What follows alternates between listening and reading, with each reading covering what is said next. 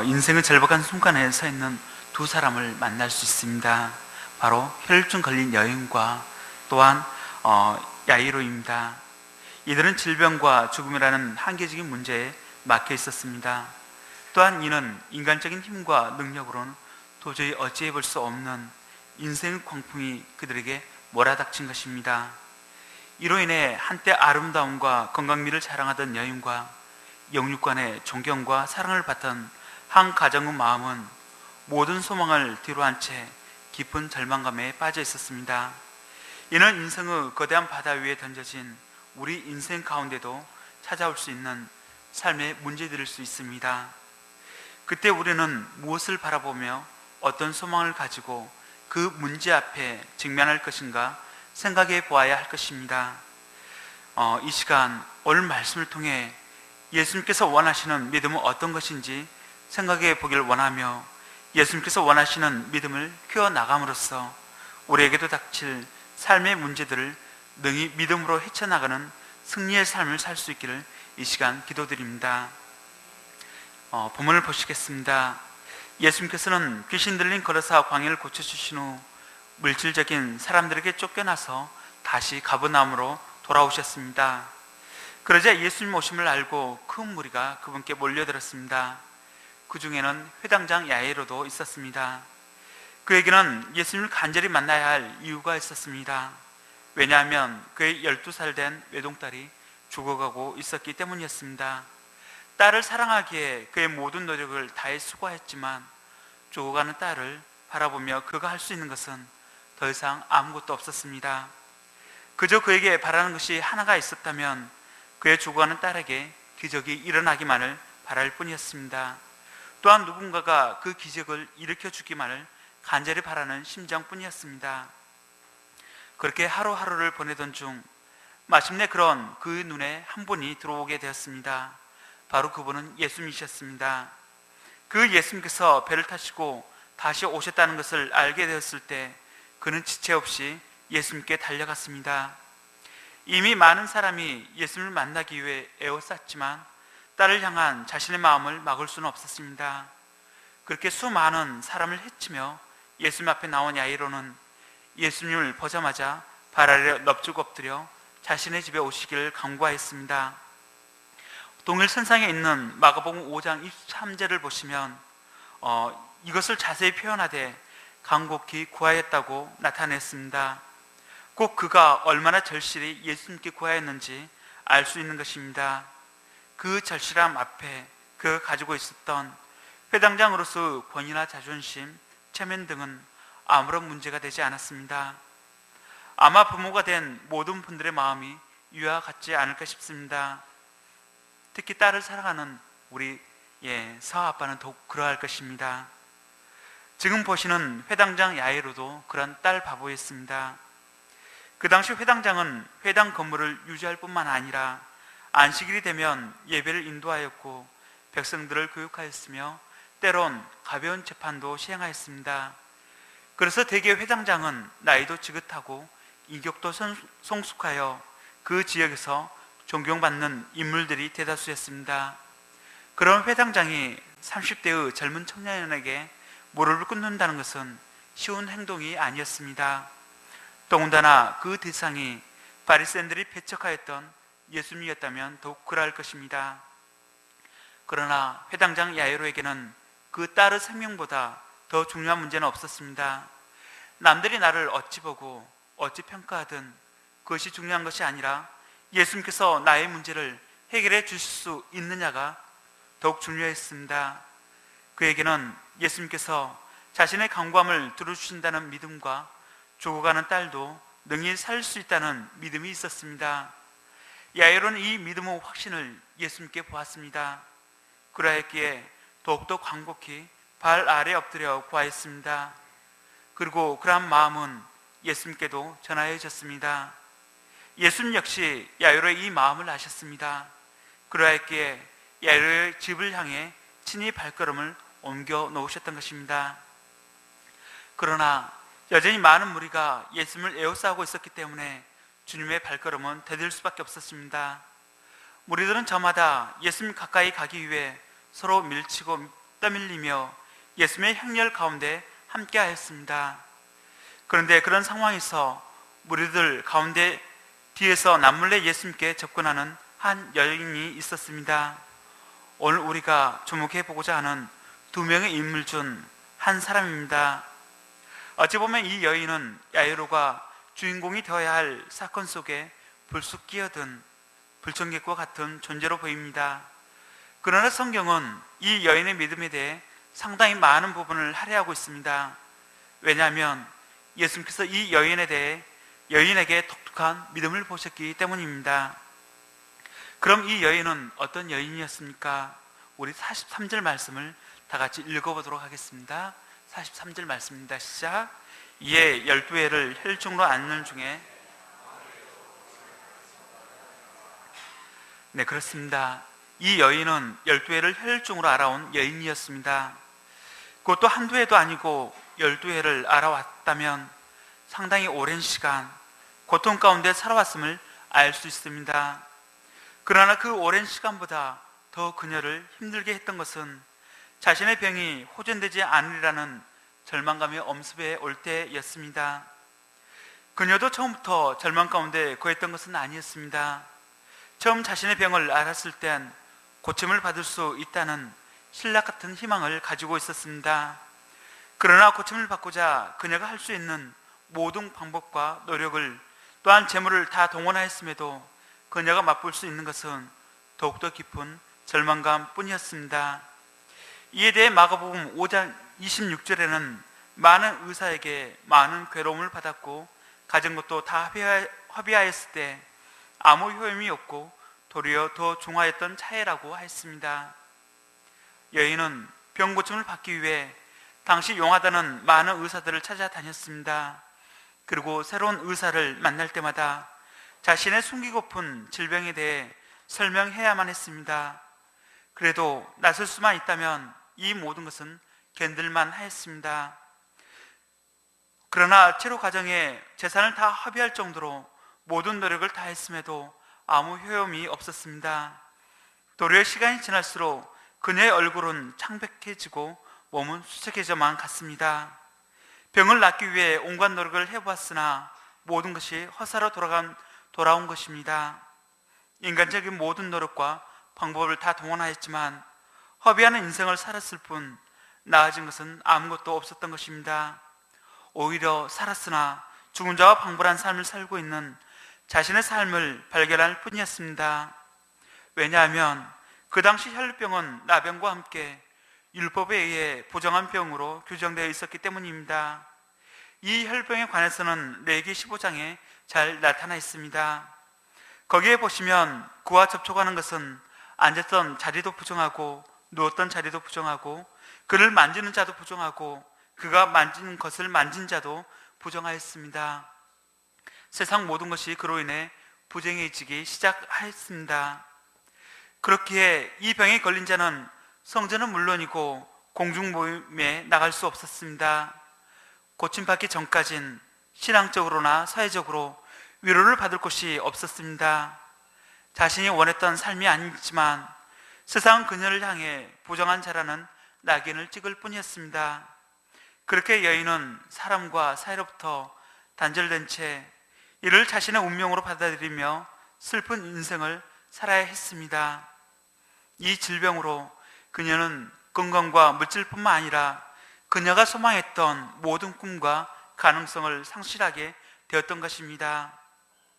그런데 그처럼 끝없는 슬픔과 저주받은 운명이라는 자괴감만이 그녀 안에 들어오던 어느 날, 그녀는 삶의 소망을 새롭게 해주는 놀라운 소문을 듣게 되었습니다. 그것은 예수님께 나아가면 어떠한 병이라도 고침받을 수 있다는 사실이었습니다. 그렇게 예수님의 소문을 듣는 중에 자신도 그분께 나가기만 하면 나을 수 있다는 확신이 들었습니다. 그래서 자신 하나 주체하기 힘든 몸을 이끌고 예수님을 찾아갔습니다. 그러나 현실은 어땠습니까? 현실은 이미 수많은 사람들로 인해 예수님께 다가가기 어려웠습니다. 그녀의 마음엔 믿음이 싹 트였지만 현실에서는 넘어야 할 장벽이 여전히 남아 있었던 것입니다. 그녀의 입장에서 볼 때 갈급함은 문제로 따지자면 예수님 앞에 엎드려 간곡히 구하였던 회당장 야이로와 별반 다르지 않았습니다. 그러나 그녀가 처한 상황은 야이로와 같을 수가 없었습니다. 사회적 신분의 차이에서부터 질병의 종류에 이르기까지 야이로처럼 담대히 예수님 앞에 나아가 간구할 처지가 못 되었습니다. 오히려 부정한 자신의 병으로 인하여 자신을 숨겨야 했습니다. 자칫 예수님께 나아갈 때 들키기라도 하는 날엔 돌에 맞아 죽을 각오를 해야만 했습니다. 또한 막상 나왔다 해도 자기와 접촉하는 자는 다 부정하게 된다는 것을 생각할 때면 죄의식으로 인해 쉽게 나아가기가 어려웠습니다. 그러나 그 모든 것보다 더 자신의 발걸음을 무겁게 하는 것이 있다면 자신의 부정한 병을 예수님께서 어떻게 보시냐는 것이었습니다. 그렇게 그녀는 조용히 예수님의 뒤로 다가와 옷자락에 손을 대는 것만으로도 만족하였습니다. 그것만으로도 충분하다 여겼던 것입니다. 그래서 몰래 예수님 뒤로 다가가서 그 옷가에 손을 대었습니다. 그런데 놀라운 기적이 그녀 가운데 일어났습니다. 44절 후반절을 보시면 혈루증이 즉시 그쳤더라 했습니다. 곧 놀라운 기적이 바로 그 순간에 일어난 것입니다. 바로 예수님의 옷가에 손을 대는 순간 혈루증이 즉시 그친 것입니다. 어떻게 보면 여인이 예수님의 손을 댄 것은 보잘것없는 행동처럼 보입니다. 그러나 믿음으로 한 것이기 때문에 거기에는 역사하는 힘이 있었습니다. 무리들 가운데는 예수님의 손을 대고 악수를 나눈 자도 많았을 것입니다.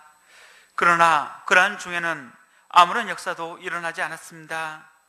하지만 여인은 믿음으로 했기 때문에 옷자락에 잠깐 손을 대었음에도 불구하고 능력의 역사가 일어난 것입니다. 마가복음을 보면 여인은 마음속으로 생각했습니다.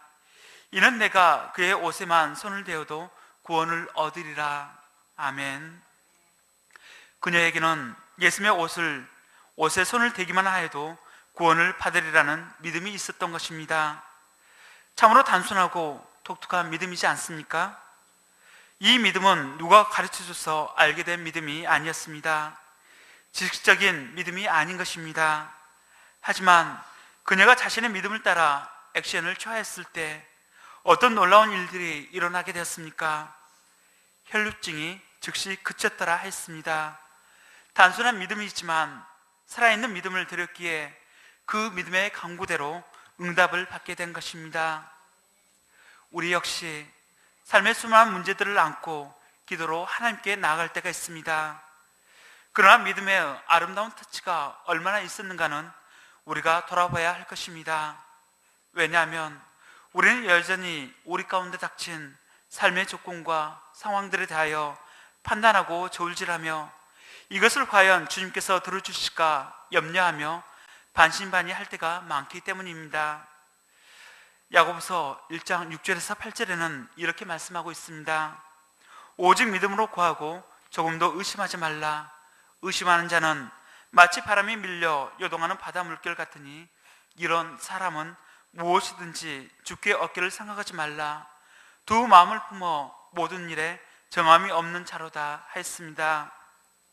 우리가 기도로 주님께 나아갔다면, 우리의 현실 문제를 들고 그분 앞에 서 있다면 우리가 바라보고 믿는 그분께 집중하시길 바랍니다. 더 이상 과거의 실패와 현실의 조건들에 우리의 눈과 마음을 돌리지 마시길 바랍니다. 오직 그 믿음의 확신을 얻기까지 주님을 생각하고 또 생각하시길 바랍니다. 마치 혈루증 앓았던 여인이 그 옷자락에 손을 대어도 남을 얻으리라 생각하며 그 믿음을 들었던 것처럼 말입니다. 그녀는 그러하였습니다. 여전히 현실은 변한 것이 없고 넘어야 할 장벽은 많았지만 그녀는 자신이 안고 있는 산적한 어려움과 문제들을 본 것이 아니라 구원을 베푸실 주님만을 바라보며 집중하고 또 집중하였습니다. 달리 말하면 이는 그녀가 예수님의 옷가에 손을 대기까지 계속적으로 자신 안에 드는 부정한 생각과 싸우며 예수님께 자신의 생각과 눈을 고정시키기에 힘썼음을 의미하는 것입니다. 그녀가 그렇게 주님께 생각을 고정했을 때 믿음의 확신이 임할 수 있게 된 것이며 믿음의 행동으로 이어질 수 있는 비결이 되었던 것입니다. 우리 역시 우리의 생각을 예수님께 고정시켜야 할 줄 믿습니다. 그때 믿음의 확신이 우리 안에 생겨날 줄 믿습니다. 그때 우리의 믿음을 통해 우리의 믿음대로 역사가 일어날 줄 믿습니다. 그러하기 위하여서 간절한 마음으로 나오시길 바랍니다. 간절한 믿음으로 붙드시길 바랍니다. 우리의 간절함이 우리의 생각과 믿음을 주님께 붙들게 할 줄 믿습니다. 결국 믿음의 생각과 믿음의 행동이 기적을 체험하게 만드는 것입니다. 그녀가 예수님의 옷에 손을 대었을 때 혈루증이 즉시 그쳤던 것처럼 말입니다. 여러분들 역시 이러한 믿음의 세계로 나아가시길 주님의 이름으로 축원합니다. 한편 예수님은 자기에게서 능력이 나간 줄을 곧 스스로 아시고 내게 손을 댄 자가 누구냐 하시며 가던 길을 멈추시며 주위를 둘러보셨습니다. 이때는 이미 수많은 사람들이 예수님의 옷뿐만 아니라 손도 잡아보았기 때문에 제자들의 반응은 시큰둥하였습니다. 그러나 오직 한 사람, 예수님의 능력을 체험한 여인만은 그러하지 않았습니다. 그녀는 자신을 찾는 예수님 앞에 자신에게 이루어진 일을 알고 두려워하며 떨며 예수님 앞에 엎드려 모든 사실을 고백하였습니다. 그러자 예수님은 48절에 따라 내 믿음이 너를 구원하였으니 평안히 가라 말씀하시므로 축복해 주셨습니다. 예수님께서는 아무리 부정한 병에 걸렸어도 당신의 허락도 받지 않고 그것도 공짜로 치유함을 받았다 할지라도 전혀 문제 삼지 않으셨습니다. 부정하다 말하지 않으셨습니다. 능력을 훔친 도둑이라 말하지도 않으셨습니다. 오히려 그분은 믿음의 도전을 한 여인을 향해 딸이라 불러주셨습니다. 그녀를 하나님 나라의 자녀로 영접해 주신 것입니다. 어찌 보면 그녀는 자신의 질병만을 위해 예수님을 붙들었지만 주님께서는 평안히 가라 하시며 마음의 평강까지 허락하신 것입니다. 우리는 우리의 병고침의 문제만으로 만족해야 하지만 주님은 우리에게 더 큰 구원의 세계를 선물해 주시길 또한 바라시는 것입니다. 그 세계 안에서 더욱더 깊이 믿음이 뿌리내릴 수 있도록 돕고자 하시는 것입니다. 곧 주님과의 관계의 회복을 이루길 바라시는 것입니다. 이는 우리가 우리의 믿음을 통원해 믿음의 응답을 받고 만족하는데 멈춰서는 안 되는 이유입니다. 이를 통해 더 깊은 믿음과 구원의 세계로 나가야 하는 것입니다. 믿음의 응답은 우리가 구원에 이르는 과정 중에 하나의 사건에 불과한 것입니다. 그렇게 어떤 기도에 대한 응답, 그 응답에 만족해야 하지 마시고 구원에 이르기까지 인격적인 관계성을 맺고 주님을 쫓는 삶을 사시길 기도드립니다. 그분께 믿음의 뿌리를 내리고 삶의 다양한 열매들을 맺어가시길 소망합니다. 한편 야이로는 12해를 혈증으로 고통하던 여인이 예수님의 옷가에 또한 옷깃에 손만 대었음에도 나음을 보면서 예수님이 자신의 집에 가기만 하시면 혼수 상태에 있는 딸이 살게 될 것을 확신하게 되었습니다. 비록 그 여인으로 인하여 시간이 지체되었지만 회당장은 마음 깊은 곳에서 예수님을 향하는 믿음과 기대가 가득 차게 되었습니다. 그런데 그때였습니다. 회당장에게 절망적인 소식을 전해준 사람이 있었습니다. 우리 49절 말씀을 한번 읽어보도록 하겠습니다. 49절 말씀입니다. 시작. 아직 말씀하실 때에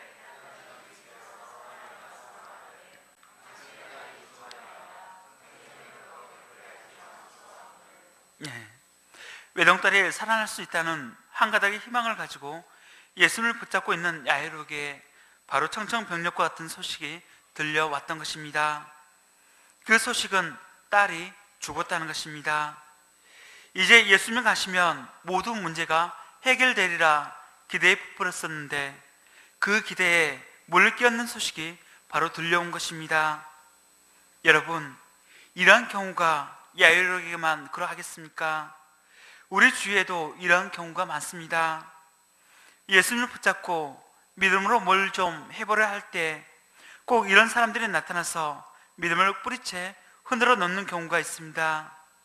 이제 믿음으로 할 수 있겠다 싶었는데 현실을 말하며 그래도 소용없다, 이미 늦었다, 이제 포기하라 하며 현실이 어떻다 이야기를 합니다. 그리고 우리를 두렵게 하고 절망에 빠지게 만들 때가 있습니다. 하지만 여러분, 그럴 때 여러분은 어떻게 하십니까?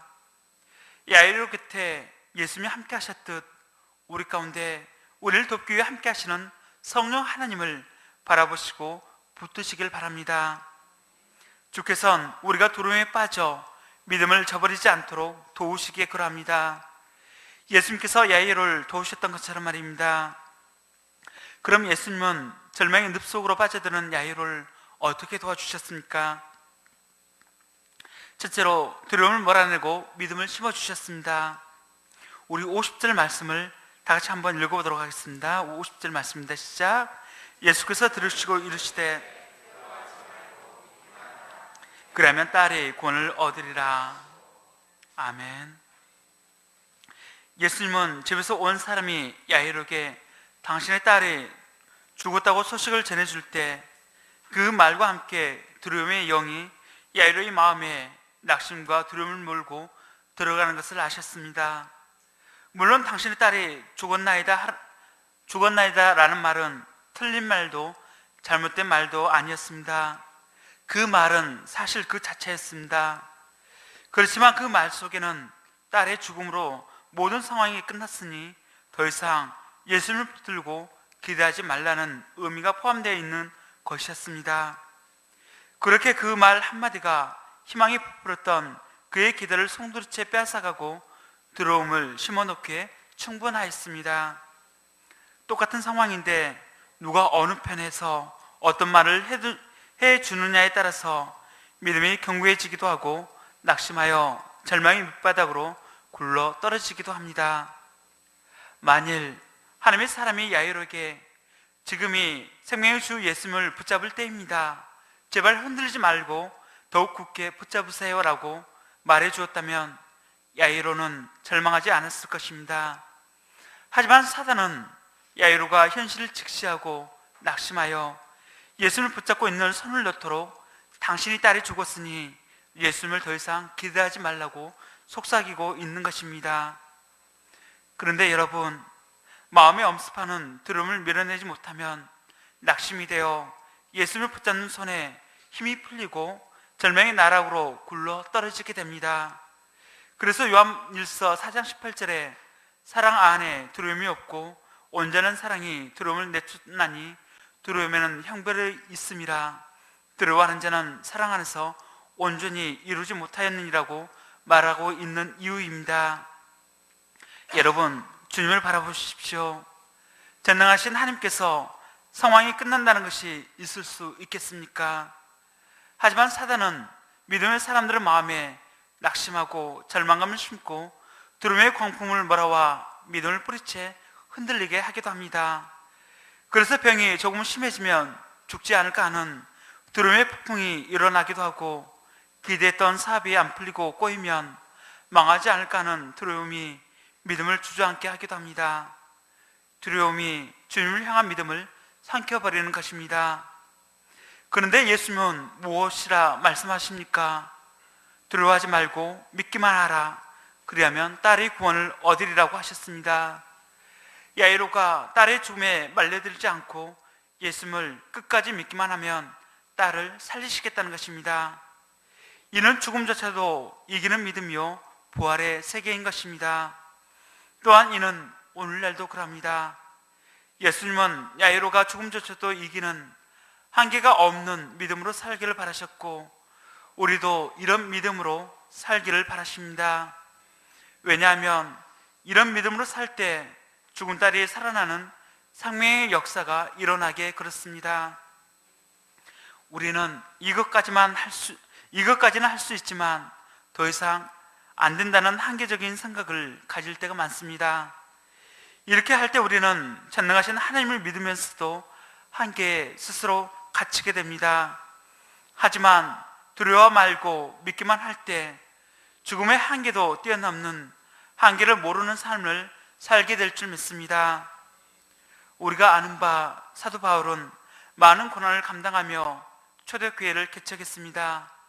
하지만 그는 많은 고난 가운데서 조금도 위축되지 않고 복음 역사를 능력 있게 감당하였습니다. 그에게 문제가 없었기 때문이 아니라 그가 빌립보서 4장 13절에 고백하였던 것처럼 내게 능력 주신 자 안에서 내가 모든 것을 할 수 있느니라 하였던 믿음이 그에게 충만하였기 때문이었습니다.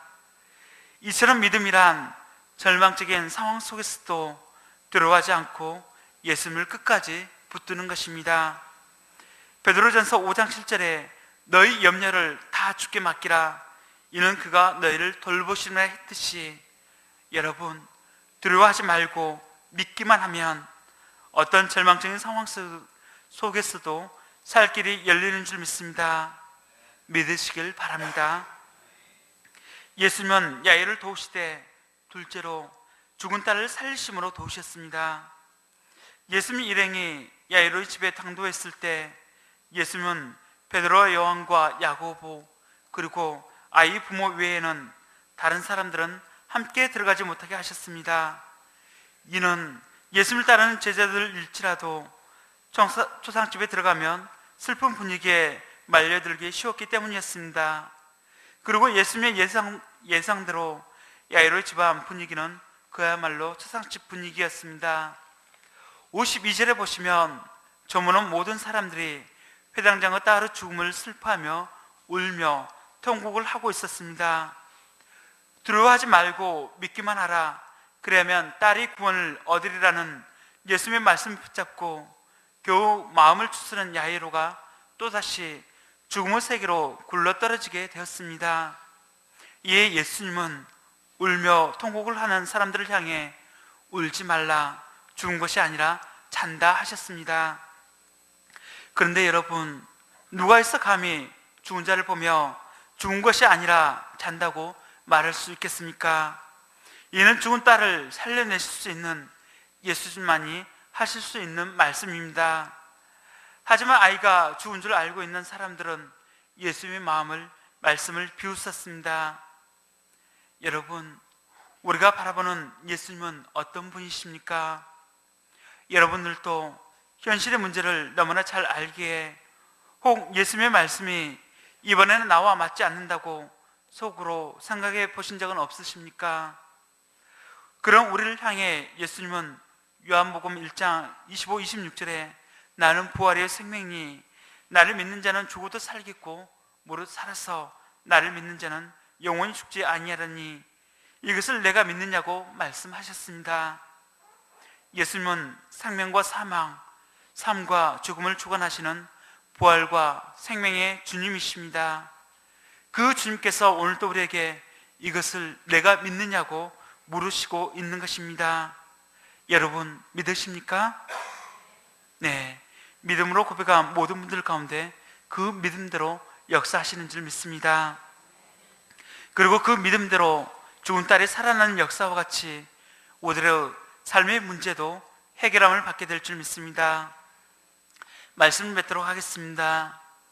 우리 역시 삶의 문제들을 직면하며 살아가고 있습니다. 그 중에는 오늘 본문의 두 사람처럼 우리가 도무지 어찌해 볼 수 없는 문제 앞에 서게 될 때도 있게 될 것입니다. 그런데 여러분, 그때 우리는 어떤 믿음으로 주님 앞에 나아가시겠습니까?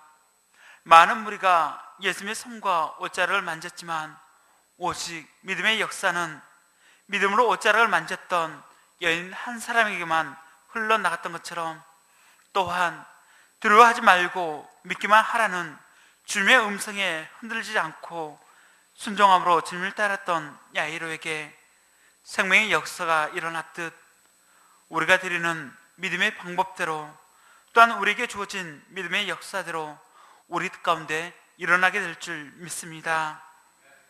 여러분, 이 믿음을 저버리지 마시고 이 한 주도 믿음으로 주를 바라보며 붙드시고 도전하는 여러분이 되시길 주님의 이름으로 기도드립니다. 아멘. 우리 요절 말씀 48절과 50절 읽고 기도하고 마치도록 하겠습니다. 48절과 50절 말씀입니다. 시작. 예수께서 이르시되 딸아 내 믿음이 너를 구원하였으니 평안히 가라 하시더라. 예수께서 들으시고 이르시되 두려워하지 말고 그러면 딸이 구원을 얻으리라 하시고 아멘.